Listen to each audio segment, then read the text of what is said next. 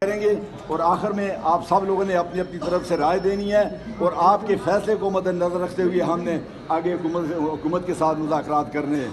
हम ये नहीं चाहते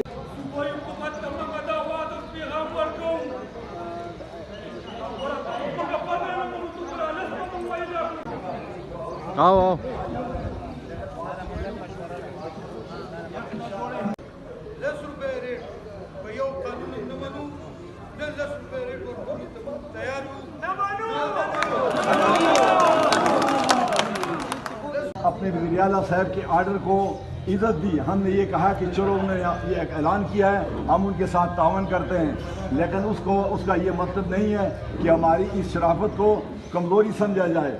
अगर आज हमसे 10 रुपये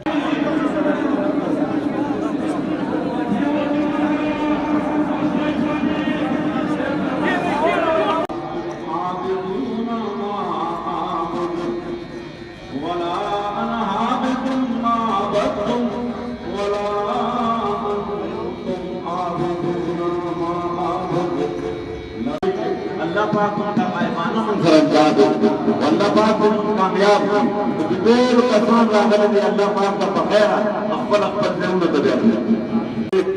चंद दोस्तों ने इंतहाई मेहनत करके इसमें कोशिश की है और 3 तंजीमों को खत्म करके हमने एक तंजीम का ऐलान किया है।